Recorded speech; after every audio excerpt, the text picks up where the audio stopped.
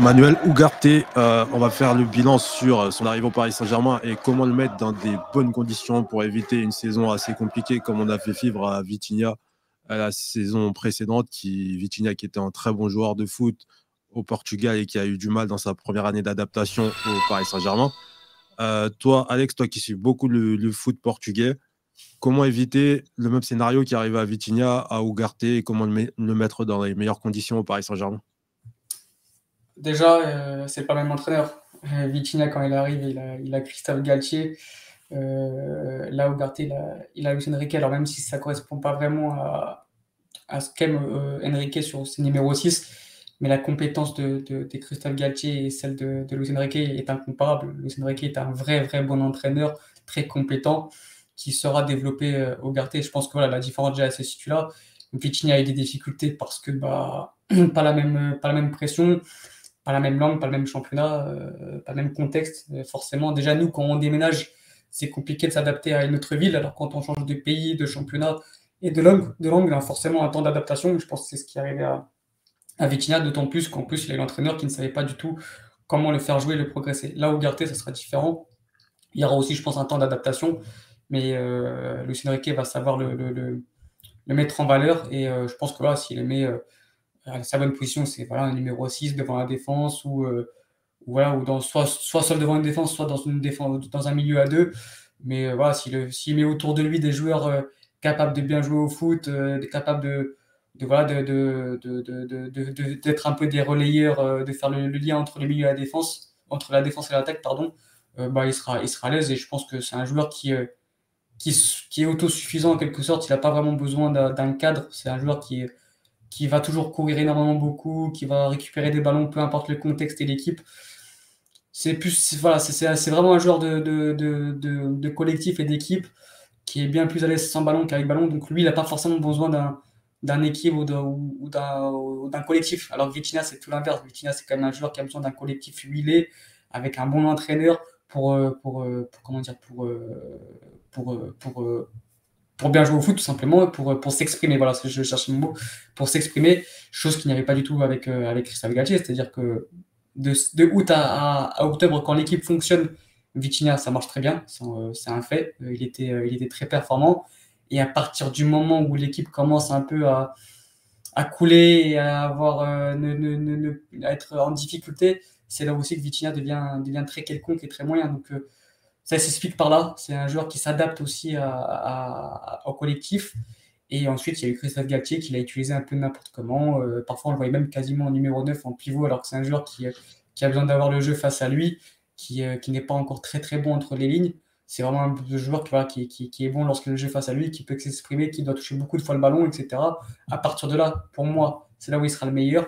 Et Christophe Galtier n'a pas su développer ses qualités, chose que je pense qu'avec Luis Enrique, ça ne sera pas le cas. Luis Enrique a totalement identifié les qualités de Vitinha, il va savoir les mettre en valeur, il va savoir le développer, et surtout, il y aura un collectif, je pense, cette année, bon, j'ai pas envie de m'enflammer, mais je pense que cette année, il y aura quand même un collectif bien plus huilé que la saison dernière, et à partir de là, si le collectif est mis en place et qu'il est bien huilé, à partir de là, je pense que Vitinha sera performant.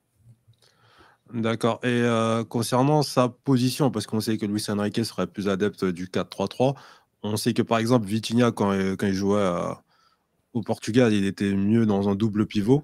Là, dans un 4-3-3, c'est différent. Est-ce que Ugarte aussi, il était plus à l'aise, par exemple, dans un double pivot que dans un milieu à 3? Pour regarder, je pourrais pas te répondre parce qu'au Sporting, ils ont toujours joué avec un milieu à deux. C'était un 3-4-3 avec des milieux défensifs. Donc lui était dans le milieu à deux et ça a toujours très bien performé. Dans un milieu 3, je ne sais pas. Mais je pense qu'il peut s'adapter. Seul devant la défense, il n'y a pas de souci.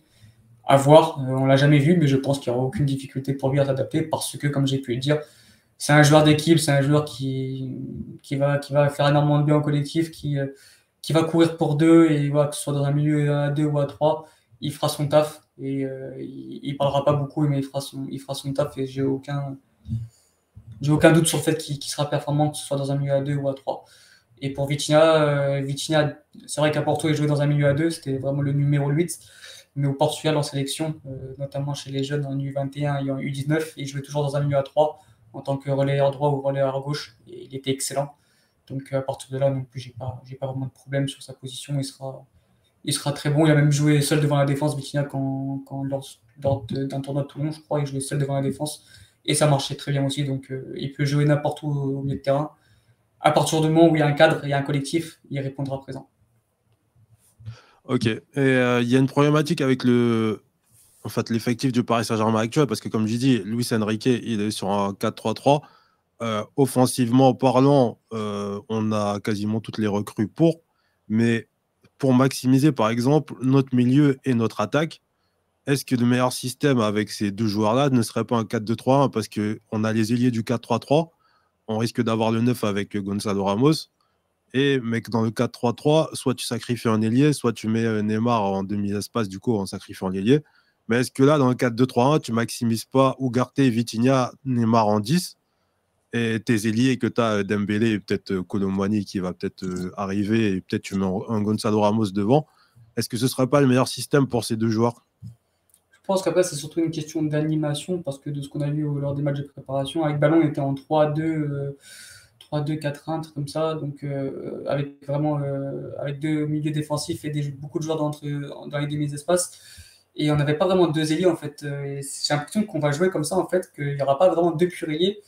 On aura surtout, je pense, Dembélé surtout sur le côté droit, avec, je pense, Nuno Mendes côté gauche. Et à partir de là, on aura sûrement Neymar demi-espace gauche, je ne sais pas qui demi-espace droit, et ensuite les 2-6. Et je pense qu'on va jouer comme ça. Je vois pas. Ce sera un 4-3-3, oui, sur le papier, mais en animation. C'est pour ça que beaucoup parlent de la complémentarité entre Hakimi et Dembélé. Mais je suis même pas sûr que les deux jouent ensemble directement parce que j'ai plus l'impression que en fait, ce sera Marquinhos qui débutera latéral droit pour former une ligne de 3 avec ballon. Et on laissera Dembélé côté droit tout seul pour jouer les 1 contre 1. Parce que Dembélé, Hakimi, moi, ça me saute pas aux yeux la complémentarité. C'est-à-dire que c'est deux joueurs qui prennent la largeur, qui ont besoin d'espace, qui aiment bien coller la ligne pour jouer les 1 contre 1, qui sont pas vraiment encore à l'aise à l'intérieur du jeu.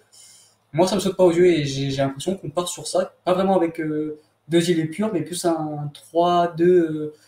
3-2-4-1 comme Manchester City lors de toute la demi-saison dernière avec ballon. Donc à voir, mais je pense que voilà, ce sera des problématiques assez riches, tant mieux, il en faudra pour être performant sur toutes les compétitions, mais après c'est une concurrence et ça sera aux joueurs d'être les meilleurs à l'entraînement. Bah, écoute Alex, merci beaucoup d'être passé sur Paris Central. N'oubliez pas de vous abonner à la chaîne d'Alex Golasso où il parle du foot portugais. N'hésitez pas aussi à vous abonner à Paris Central parce qu'on a l'objectif 10 000 abonnés d'ici la fin de l'été. Donc abonnez-vous, likez, ça nous aide énormément. Et n'oubliez pas que ici c'est Paris. Ciao. Ciao, ciao.